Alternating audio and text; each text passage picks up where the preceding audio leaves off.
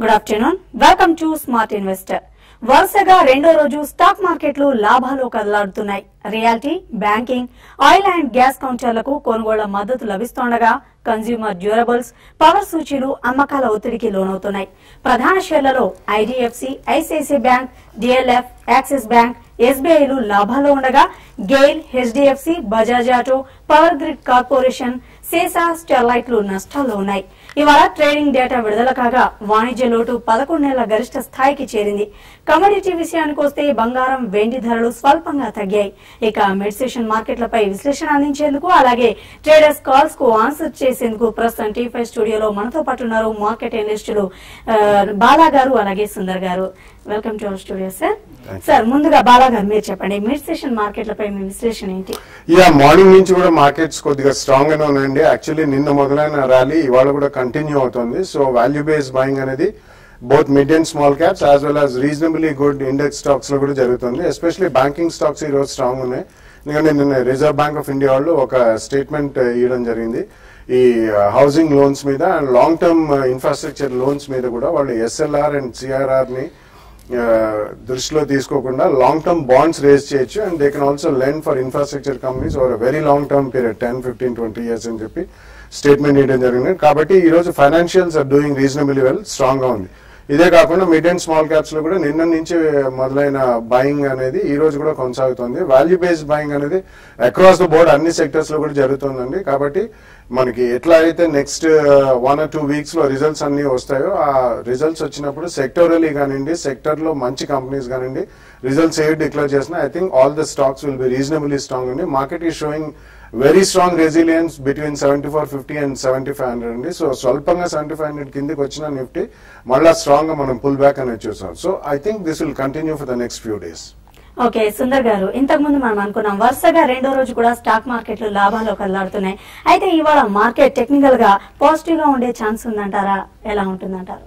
Technical గా చూస్తే కనుక మార్కెట్ పాజిటివ్ గా నిన్న మనం చూసాము 7500 పైన స్ట్రాంగ్ గా రీబౌండ్ అవడం తోటి మనం అంతక్రితం వస్తున్న లాస్ట్ 1 week కరెక్షన్ కి తెరపడినట్టు కనిపిస్తుంది. మార్కెట్ మళ్ళీ ఒక షార్ట్ టర్మ్ అప్ ట్రెండ్ లోకి ఎంటర్ అయినట్టుగా కనిపిస్తుంది. నా ఉద్దేశం market further next few days కూడా పాజిటివ్ గానే ఉంది అనే నేపథ్యంతో సో లాంగ్ పొజిషన్స్ కంటిన్యూ చేయొచ్చు. ముఖ్యంగా బ్యాంకింగ్ స్టాక్స్ లో చూస్తే కనుక చాలా పాజిటివ్ గా ఉంది. రియల్ ఎస్టేట్, డిఎల్ఎఫ్ లాంటి కౌంటర్స్ లో కూడా మార్కెట్ లో పాజిటివ్ గా ఉంది. సో వీటిలో లాంగ్ పొజిషన్ ఉంటే కనుక స్ట్రిక్ట్ గా ఒక స్టాప్ లాస్ పెట్టి హోల్డ్ చేయొచ్చు. అంటే ప్రైస్ లో ఒక 2% కింద స్టాప్ లాస్ పెట్టి హోల్డ్ చేయొచ్చు. అలాగే షార్ట్ పొజిషన్ ఉంటే మటుకు నా ఉద్దేశం కవర్ చేసేయడం మంచిది. అలాగే ముఖ్యంగా ఎవరైనా పుట్ ఆప్షన్ ఉందంటే కనుక మంత్ ఎండ్ వరకు టైం ఉందని చెప్పి వెయిట్ చేయకుండా కొంచెం పుట్ ఆప్షన్స్ కూడా కొంచెం త్వరగా డిప్ లో క్లోజ్ చేయడమే మంచిది. ఒకవేళ కనుక మార్కెట్ ఇంటర్డే ఏమైనా 7540 కింద ట్రేడ్ అవుతే మటుకు ఇంటర్డే కొంచెం కాషియస్ ఉండాలి. Major support 7500. ఒకవేళ ఏదైనా కారణాల వల్ల కొంచెం ఎక్స్టర్నల్ రీజన్స్ వల్ల 7500 కింద కనుక బ్రేక్ అయ్యి దాని కింద క్లోజ్ అవుతే మటుకు లాంగ్ పొజిషన్స్ క్లోజ్ చేయాలి. బహుశా ఆ డేంజర్ ఇవాళ రేపు ఉండే అవకాశం కనిపించట్లేదు. సో ఓవరాల్ గా మార్కెట్ కొంచెం పాజిటివ్ బయాస్ గా కొంచెం కన్సాలిడేషన్ లో వెళ్లే అవకాశం ఉంది. నెక్స్ట్ రెసిస్టెన్స్ చూస్తే కనుక 7600 దగ్గర ఉంది. బహుశా ఇవాళ కానీ రేపు కానీ పరీక్షించే అవకాశం ఉంది. ఒకవేళ కనుక 7600 పైన కనుక స్ట్రాంగ్ గా క్లోజ్ అయిందంటే మటుకు మార్కెట్ నెక్స్ట్ టార్గెట్ 7700, 7800 వరకు వెళ్లే అవకాశం ఉంది. సో స్ట్రిక్ట్ గా 7500 కింద స్టాప్ లాస్ పెట్టి ఫ్యూచర్స్ లో లాంగ్ పొజిషన్స్ ని హోల్డ్ చేయొచ్చు. ఓకే సుందర్ గారు, కాలర్స్ తో మాట్లాడదాం. ఆర్వి రావు గారు హైదరాబాద్ నుంచి, నమస్కారం అండి. రావు గారు హలో చెప్పండి. బాలా గారు ఉన్నారు, అలాగే సుందర్ గారు ఉన్నారు, మాట్లాడండి. ఆర్వి రావు హైదరాబాద్ నుంచి మాట్లాడుతానండి. GTL infra and Hindustan construction ఈ టైంలో తీసుకోవచ్చా లేదా? లేదండి, I don't think you should buy into both the counters. ఎందుకంటే హిందుస్థాన్ కన్స్ట్రక్షన్ రీసెంట్లీ చాలా భారీగా పెరిగిన stock. GTL infra has absolutely no business model, good business model or fundamentals. So I think you should avoid both the counters for now. Okay Bala గారు చెప్పండి, ఈ రోజు మనం ఇంతకు ముందే అనుకున్నాం వాణిజ్య లోటు 11 నెలల గరిష్ట స్థాయికి చేరింది. అలాగే మార్కెట్లపై ట్రేడ్ డేటా ఎలాంటి ప్రభావం చూపుతుందంటారు దీని కారణంగా? యాక్చువల్లీ మ్యాక్రోస్ అన్ని కూడా ఇంప్రూవ్ అవుతున్నాయండి. కాబట్టి ఈ స్పెసిఫిక్ డేటాస్ 1 or 2 days ఏదైనా స్మాల్ నీజేక్ రియాక్షన్ ఉంటుంది కానీ I don't think they will have major impact.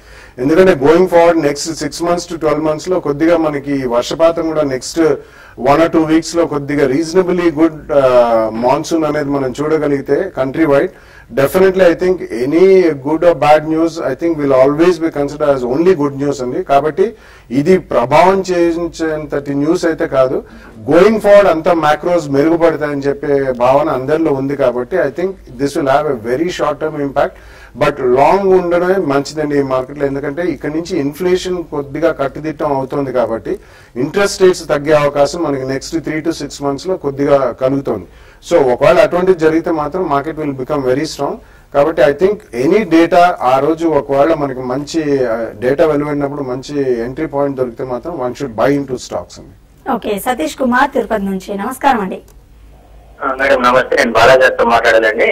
తప్పకుండా మేడం, నా దగ్గర 2000 ఆటోమొబైల్ గ్లోబల్ అని 60 రూపాయలు కొన్నాను మేడం, ఒక 2 years బ్యాక్.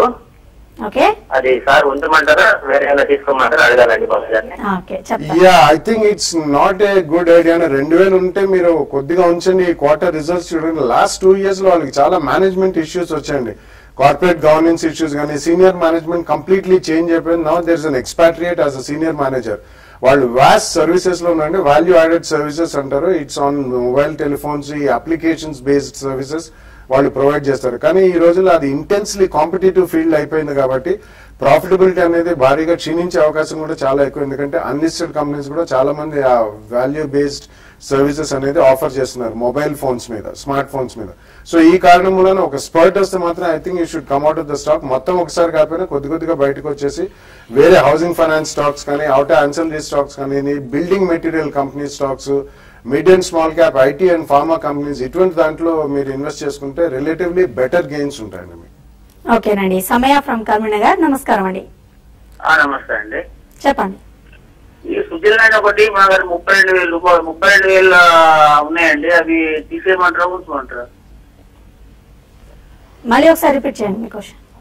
సార్, ఈ మన స్విట్జర్లాండ్ 32 రూపాయల రేట్ల 32,000 షేర్స్ ఉన్నాయండి. ఓకే, చెప్తాను. స్విట్జర్లాండ్ చూస్తే కనుక ఈ బుల్ మార్కెట్ లో కరెక్ట్ గా 10 రూపాయల నుంచి 35 రూపాయల వరకు పెరిగిన తర్వాత మీరు కొంచెం హై ప్రైస్ లో తీసుకున్నారండి. అప్పటి నుంచి మనం 35 రూపాయలు టాప్ ఏర్పడిన తర్వాత మళ్ళీ ఇంచుమించు 21-22 రూపాయల వరకు లాస్ట్ 1 or 2 weeks గా పట్టడం జరిగింది. టెక్నికల్ గా కొంచెం వీక్నెస్ సూచిస్తుంది. ముఖ్యంగా ఈ ఫాల్ లో చూస్తే కనుక భారీ సెల్లింగ్ ప్రెషర్ కూడా మనం చూస్తున్నాము. డిస్ట్రిబ్యూషన్ కూడా హై లెవెల్ లో కనిపిస్తుంది. నా ఉద్దేశం ఏమన్నా కొంచెం ర్యాలీ వచ్చిందంటే కనుక క్లోజర్ టు యువర్ ప్రైస్ కొంచెం ఎగ్జిట్ అవడమే మంచిది. ఓకేనండి. పులివెందుల నుంచి సుధీకర్ గారు, నమస్కారం అండి. నమస్తే మేడం. చెప్పండి. నమస్తే బాలా గారు. నమస్కారం అండి. సార్, ప్రజెంట్ సిచ్యువేషన్ లో క్రాంప్టన్ గ్రీవ్స్ ఇన్ఫ్రా బై చేశారు సార్. క్రాంప్టన్ గ్రీవ్స్ ఇంకోటి ఏదండి? IRB infra sir. Yeah, I think you can selectively take exposure అండి. మొత్తం ఒకటే ప్రైస్ పాయింట్ లో కొనొద్దు, కొద్ది కొద్దిగా కొనండి. ఇప్పుడు కంప్లీట్లీ రిజల్ట్స్ వచ్చిన తర్వాత you can add more into positions. But రెండు కూడా I think you can definitely add positions అండి. IRB infra recently 2 or 3 roads are doing very well. Toll based road projects లో they are one of the leaders in the country అండి. వాళ్ళు ఒకళ్ళు Sadbhav engineering వెళ్ళి and Crompton engineering, and definitely it's going to be one of the finest companies in capital goods రంగం అండి. మనకి infrastructure పెద్దపీట వేసి పవర్ రంగానికి కూడా మాసివ్ రిఫార్మ్స్ అవి వస్తున్నాయి కాబట్టి Crompton Greaves will do very well. First price point లో రిజల్ట్స్ వచ్చిన తర్వాత కొనండి. తర్వాత మాక్సిమం థర్డ్ ప్రైస్ పాయింట్ లో కొందరు కానీ 2-3 ప్రైస్ పాయింట్స్ లో తప్పకుండా 2 స్టాక్స్ కొనండి. ఓకే, కాకినాడ నుంచి జీవి రావు గారు, నమస్కారం అండి. నమస్కారం అండి, చెప్పండి. నేను ఎల్ఐసి హౌసింగ్ ఫైనాన్స్ మార్నింగ్ ఇవాళ 310 రూపాయల్లో కొన్నానండి. బాగా గారు కొనమన్నారు మొన్న, తర్వాత అంచేత దాన్ని తీసుకున్నాను మన షేర్లు. కానీ తర్వాత ఇంకా తగ్గిపోతుంది. ఇది ఏం చేయమంటారు? అంచేత చూడండి దాన్ని, అది ఏం చేయమంటారు? యావరేజ్ అనేది ఎప్పుడైనా కానీ ఒక 5 to 7% మినిమం అండ్ 10 to 12% పడితేనే యావరేజ్ చేయాలండి. LIC housing finance is a stock which should be bought for the next 3, 5, 10, 15, 20 years. Long term investors కి it's not intraday or position call. So definitely మీరు ఉంచండి. ఒకవేళ 5 to 7% పడితే second price point and 10 to 12% పడితే third price point లో కొనండి. 2-3 years view తో definitely will make very good money. HDFC తర్వాత is the second largest housing finance company in India. Okay, break తర్వాత కాలర్స్ తో మాట్లాడదామండి. స్మార్ట్ ఇన్వెస్టర్ లో small break తీసుకుందాం.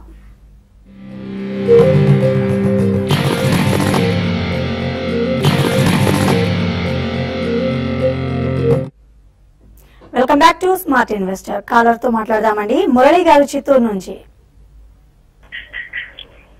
మురళి గారు, మేడం సుందర్ గారితో మాట్లాడాలండి. చెప్పండి. హలో హలో మాట్లాడండి. సార్ అదే ఈరోజు నిఫ్టీ రివర్సల్ ఉంది అన్నారు కాబట్టి పుష్ తీసుకున్నాం మేము. ఇప్పుడు ఏం చేయాలి సార్? రివర్సల్ అంటే ఓవరాల్ గా reversal to either up side ఉండొచ్చు, డౌన్ సైడ్ ఉండొచ్చు అండి. బట్ టెక్నికల్ గా ఇవాళ చూస్తే కనుక నిన్నటి బ్రేక్అవుట్ ఇవాళ కూడా కంటిన్యూ అయింది. బట్ మీరు రివర్సల్ అంటే మనకు ఒక వీక్నెస్ అనేది కనిపించాలి. ఒకవేళ డౌన్ సైడ్ కనుక మీరు పొజిషన్ తీసుకుంటే కనుక సపోర్ట్ బ్రేక్ అవ్వాలి టెక్నికల్ గా. సో ఈ అంశాలు కూడా చూడాలి. నా ఉద్దేశం నిన్న కూడా మనం చెప్పడం జరిగింది, మార్కెట్ రికవరీ వచ్చే అవకాశం ఉంది కాబట్టి పుట్స్ నిన్న ఇవాళ కూడా పూర్తిగా అవాయిడ్ చేయమని చెప్పాము. నా ఉద్దేశం మీరు ట్రెండ్ గా అగేన్స్ట్ కానీ వెళ్ళారు. నా ఉద్దేశం పుట్స్ క్యారీ ఫార్వర్డ్ చేయడం అంత మంచిది కాదు. క్లోజింగ్ కనుక ఏమైనా వీక్నెస్ వచ్చిందంటే సరే, లేదంటే కనుక ఇవాళ నా ఉద్దేశం పుట్స్ కూడా క్లోజ్ చేసేయడం మంచిది. ఓవరాల్ గా మార్కెట్ లో లాంగ్ సైడ్ స్ట్రిక్ట్ గా స్టాప్ లాస్ పెట్టి మెయింటైన్ చేయడమే మంచిది. ఓకే, ప్రసాద్ తణుకు నుంచి. నమస్కారం అండి. నమస్కారం. చెప్పండి. ఆంధ్రా బ్యాంక్ ఈ రేట్లో తీసుకుంటే టార్గెట్ 100 రూపాయలు రీచ్ అవడానికి ఎన్నాళ్ళు పడుతుంది? దట్స్ నెక్స్ట్ ఇంపాసిబిలిటీ అండి. ఎవరు కూడా టార్గెట్ రీచ్ అవడానికి ఎన్ని రోజుల్లో ఏ స్టాక్ ప్రైస్ ఎంతకి వెళ్తుందని చెప్పడం అనేది ఇట్స్ నెక్స్ట్ ఇంపాసిబిలిటీ. సో ఈ కారణం మూలాన ఒకవేళ మీరు ఆంధ్ర బ్యాంక్ కొనాలనుకుంటే I would request you to avoid that stock. ఎందుకంటే వాళ్ళు క్యూఎపీ ద్వారా మళ్ళీ ఈక్విటీ రేస్ చేస్తున్నారు. అండ్ రీసెంట్లీ మనం చూసాం, మన స్టేట్ డివిజన్ అయిన తర్వాత Andhra bank is the lead bank for Andhra Pradesh అని కూడా చెప్పారు. సో వాళ్ళకి నాన్ పర్ఫార్మింగ్ అసెట్స్ బ్యాగేజ్ కొద్దిగా ఎక్కువ ఉండే అవకాశం ఉందండి. అంటే ఈ మనకి రుణమాఫీలు కాకుండా కూడా గతంలో కూడా వాళ్ళకి నాన్ పర్ఫార్మింగ్ అసెట్స్ కొద్దిగా ఎక్కువగానే ఉన్నాయి. అండ్ వాళ్ళు క్యూఐపీ ద్వారా ఈక్విటీ రేస్ చేస్తున్నారు కాబట్టి I think you should avoid Andhra bank. దానికంటే ప్రైవేట్ సెక్టర్ బ్యాంక్స్ బెటర్ అండి. ఓకే, నెల్లూరు నుంచి శ్రీనివాస్ గారు చెప్పండి. గుడ్ ఆఫ్టర్నూన్ అండి. నేను రేణుకా షుగర్స్ బై చేయాలనుకున్నాను సార్ లాంగ్ టర్మ్ కి. ఇప్పుడు గవర్నమెంట్ తీసుకున్న పాలసీస్ వల్ల ఎంతవరకు బెనిఫిట్ అయ్యే అవకాశం ఉంది? బజాజ్ హిందుస్థాన్, రేణుకా షుగర్స్ ఈ రెండింటిలో ఏది బెస్ట్ అండి? ఈ రెండు కాకపోతే ఇంకేది బై చేయమంటారు? Long term investor sir. నేను ఆల్రెడీ రేణుకా షుగర్స్ కొద్దిగా క్వాంటిటీ బై చేస్తున్నాను సార్. ఆల్రెడీ ఉన్నారని చెప్తున్నారు కాబట్టి probably you can buy some other stock అండి. అంటే సౌత్ బేస్ షుగర్ కంపెనీస్ చాలా ఉన్నాయి, స్ట్రాంగ్ కంపెనీస్. తిరువారూరను, బన్నారి అమ్మని ఇటువంటి షుగర్ కంపెనీస్ ఉన్నాయి. They are extremely strong companies అండి. ఇప్పుడు మనకి రేణుకా షుగర్స్, బజాజ్ హిందుస్థాన్ వీళ్ళందరూ లాస్ట్ 3 to 5 years లో హ్యూజ్ డెట్ బర్డన్ అనేది వాళ్ళ బ్యాలెన్స్ షీట్స్ లో చాలా ఎక్కువ పెరిగింది. రేణుకా షుగర్స్ ఎస్పెషల్లీ వాళ్ళు బ్రెజిల్లో 2 కంపెనీస్ కొన్నారని, దాని తర్వాత అప్పు భారం అనేది 3 to 4 times పెరిగింది. సో ఈ కారణం వలన ఉన్న రేణుకా షుగర్స్ ఉంచండి. వేరే అంటే ఇందాక చెప్పినట్టు బన్నారి అమ్మను, తిరువారూరను ఇటువంటివి చాలా స్ట్రాంగ్ కంపెనీస్ ఉన్నాయండి. అటువంటి companies south based sugar companies are EID Parry is also excellent company, Murugappa group company అండి. సో ఇటువంటి వాటిలో స్లైట్లీ ఎక్స్పోజర్ తీసుకుంది. ఓకే, నర్సాపురం నుంచి సూర్యబాబు గారు చెప్పండి. నమస్తే అండి బాలా గారు. మేము ఎల్ఎన్టీ ఫైనాన్స్ 82లో కొనండి యావరేజ్ ప్రైస్. దాంట్లోంచి ఎల్ఎన్టీ మెయిన్ దాంట్లో కానీ లేకపోతే యాక్సిస్ బ్యాంక్ లో కానీ మారమంటారు, లేదంటే జిఐసి హౌసింగ్ అని దీంట్లో మారమంటారు చెప్పండి సార్. ఎల్ఐసి హౌసింగ్ ఫైనాన్స్ అది లాస్ట్ 1.5 year లో మాక్సిమం స్పెక్యులేటివ్ యాక్టివిటీ మనం చూసామండి. గతంలో చాలా సార్లు కూడా చెప్పడం జరిగిన షోలో, ఒకవేళ బ్యాంక్ లైసెన్స్ వచ్చినా ఏ కంపెనీకి ఒరిగేది ఏం లేదని చెప్పి బ్యాంక్ లైసెన్స్ వచ్చిన రోజు ఐడిఎఫ్సిని ఆల్మోస్ట్ 7 to 8% కొట్టేశారండి. సో ఈ కారణం వల్ల మీరు shift over Axis Bank or ICICI Bank, private sector banks ఏదైనా కానీ బాగానే ఉంటుంది. ఎల్ఎన్టీ ఫైనాన్స్ కూడా ఇట్స్ ఎ గుడ్ కంపెనీ, కానీ చాలా పెద్ద ఈక్విటీ కాబట్టి చాలా లాంగ్ టైం ఉండాల్సి వస్తుంది. దానికంటే మీరు definitely Axis bank is a good bet అండి. LNT main company is also a good bet. So ఒక బ్యాంకింగ్ కంపెనీ, ఒక ఇన్ఫ్రాస్ట్రక్చర్ కంపెనీ రెండిట్లో ఈక్వల్ గా మీరు 50-50 amount 2 or maximum 3 price points లో మీరు కొనుక్కుంటే మంచి రిటర్న్స్ వస్తుంది. ఓకే, కడప నుంచి సతీష్ గారు చెప్పండి. హలో చెప్పండి. మేడం, మొన్న బడ్జెట్ ముందు స్టాక్స్ అన్ని అమ్మేస్తాను మేడం. ఇప్పుడు కొత్తగా ఏమి తీసుకోవాలా కొంచెం సుందర్ సార్ చెప్పి లాంగ్ టర్మ్ కి. హలో ఓకే, షార్ట్ టర్మ్ అయితే కనుక నా ఉద్దేశం బ్యాంకింగ్ స్టాక్స్ కొంచెం పాజిటివ్ గా ఉందండి. మళ్ళీ లాస్ట్ 2 days చూస్తే కనుక మార్కెట్ లో ఒక ఫర్దర్ అప్ మూవ్ కనిపించే అవకాశం కనిపిస్తుంది. బ్యాంక్స్ లో చూస్తే కనుక మిడ్ క్యాప్ లో సిండికేట్ చాలా స్ట్రాంగ్ గా కనిపిస్తుంది. అలాగే ఫ్రంట్ లైన్ చూస్తే ఎస్ బ్యాంక్ చాలా పాజిటివ్ గా కనిపిస్తుంది. అలాగే మీరు ఫార్మాలో చూస్తే కనుక సిప్లా చాలా పాజిటివ్ గా కనిపిస్తుంది. అలాగే డిష్మెంట్ ఫార్మా పాజిటివ్ గా కనిపిస్తుంది. ఈ 4 స్టాక్స్ ని మీరు లాంగ్ టర్మ్ కోసం కన్సిడర్ చేయొచ్చు. ఓకే, బెంగళూరు నుంచి రమణయ్య గారు చెప్పండి. రమణయ్య గారు మేడం నమస్తే. చెప్పండి. నా దగ్గర దివాన్ హౌసింగ్ ఫైనాన్స్ 10,000 షేర్లు ఉన్నాయండి. నేను 195 లో కొన్నాను. ఇప్పుడు అమ్మేసుకోమంటారా లేదా లాంగ్ టర్మ్ అయినా పర్వాలేదు నాకు ఉంచుకోమంటారా అని బాలా గారిని అడగడం అనుకుంటున్నాను. కొద్దిగా మాత్రం అమ్మడం ఎప్పటికైనా ఉత్తమేనండి. ఎప్పటికైనా మనం రివ్యూ చేసుకుంటూ ఉండాలి పోర్ట్ఫోలియో. మీ దగ్గర క్వాంటిటీ చాలా ఎక్కువ ఉంది, 10,000 షేర్స్ అంటున్నారు కాబట్టి డెఫినెట్లీ కొద్దిగా ప్రాఫిట్స్ మాత్రం బుక్ చేయడం అనేది it's always very good. So long term అంటే ఈ రోజు మార్నింగ్ మనం చూసాము ఆర్బీఐ వాళ్ళు ఒక స్టేట్మెంట్ ఇవ్వడం జరిగింది. ఎందుకంటే బ్యాంక్స్ కూడా లాంగ్ టర్మ్ ఫండింగ్ చేయడానికి SLR and CRR ratios cut చేస్తే అండ్ అఫోర్డబుల్ హౌసింగ్ కి వాళ్ళు హౌసింగ్ ఫైనాన్స్ బ్యాంక్స్ రూపేణ ఇవ్వడానికి they made the way very clear and very easy. ఈ కారణం వలన కొద్దిగా హౌసింగ్ ఫైనాన్స్ కంపెనీ సెంటిమెంట్ పరంగా కొద్దిగా దెబ్బతినొచ్చు. బట్ ఏదేమైనా కానీ ఇట్స్ ఎ గుడ్ కంపెనీ అండి దేవాన్ హౌసింగ్ ఫైనాన్స్ కంపెనీ. సో మీరు కొంచెం అమ్మండి, ప్రాఫిట్స్ అమ్మి మీరు ఇతరత్ర ప్రైవేట్ సెక్టర్ బ్యాంక్ లో కానివ్వండి లేకపోతే ఈవెన్ ఆటో ఆన్సిలరీ అటువంటి దాంట్లో కొంచెం డైవర్సిఫై చేసుకుంటే బెటర్ అండి. మొత్తం ఒకటే సెక్టర్ లో ఒకటే కంపెనీలో పెట్టడం అనేది కొంచెం రిస్కీ. ఓకే, గుంటూరు నుంచి తిరుపతి రెడ్డి గారు చెప్పండి. గోల్డ్ గురించి మేడం, గోల్డ్ తగ్గుద్ది అనే ఎక్స్పెక్టేషన్ ఉందండి. ఓకే, ఓవరాల్ గా మనం మార్కెట్ లాస్ట్ 1 month గా కన్సాలిడేషన్ చూస్తే కనుక గోల్డ్ అండ్ సిల్వర్ కూడా బాగా పెరగడం జరిగింది. ఇన్ఫాక్ట్ 26,000 మేజర్ లో నుంచి ఎంసీఎక్స్ లో కమోడిటీ మార్కెట్ లో కంటిన్యూస్ గా 28,500 వరకు పెరగడం జరిగింది. అలాగే లాస్ట్ 2 days కి మటుకు చూస్తే ఒక మేజర్ రియాక్షన్ చూస్తాం. బట్ రియాక్షన్ లో కూడా పెద్ద వీక్నెస్ కనిపించట్లేదు. బహుశా ఒక లోవర్ ఒక హైయర్ టాప్ ప్యాటర్న్ ఏర్పడే అవకాశం ఉంది. క్లోజర్ టు 27,000 27,500 మధ్యన ఒక రికవరీ వచ్చే అవకాశం ఉంది. సో డిప్ లో గోల్డ్ బై చేయొచ్చు లాంగ్ టర్మ్ కోసం. ఓకేనండి. భవానీ ప్రసాద్ హైదరాబాద్ నుంచి చెప్పండి. చెప్పండి. జిఎంఆర్ ఇన్ఫ్రాస్ట్రక్చర్ 10,500 స్టాక్ ఉందండి. ఎట్ ద రేట్ ఆఫ్ 100 మీద కొన్నాను. అది ఇప్పుడు ఉంచమంటారా అమ్మమంటారా? 100 మీద 10,000 స్టాక్స్ కొన్నారంటే I mean it's a huge loss for you అండి. రీసెంట్లీ మనం వాళ్ళ క్యూఏపీ ఇష్యూ ఒకటి ఇచ్చారు. ప్లస్ వాళ్ళు అసెట్ స్ట్రిప్పింగ్ కూడా చేస్తున్నారు. అంటే వాళ్ళకు ఉన్న ఎగ్జిస్టింగ్ ఎయిర్పోర్ట్స్ లో ల్యాండ్ అమ్మకానికి చూస్తున్నారు. ఈ రూపాయినా డెట్ తగ్గించుకోవాలని, అప్పు భారం బ్యాలెన్స్ షీట్ లో తగ్గించుకోవాలని చూస్తున్నారు. కాబట్టి మీ ప్రైస్ రావడం అనేది మాత్రం డెఫినెట్లీ ఇట్స్ రూల్డ్ అవుట్ అని in the next 1 or 2 years also. It's very very difficult unless ఒకవేళ డెట్ సీరియస్లీ 50 to 70% తగ్గితే నెక్స్ట్ 1 or 2 years లో probably it may bounce back sharply.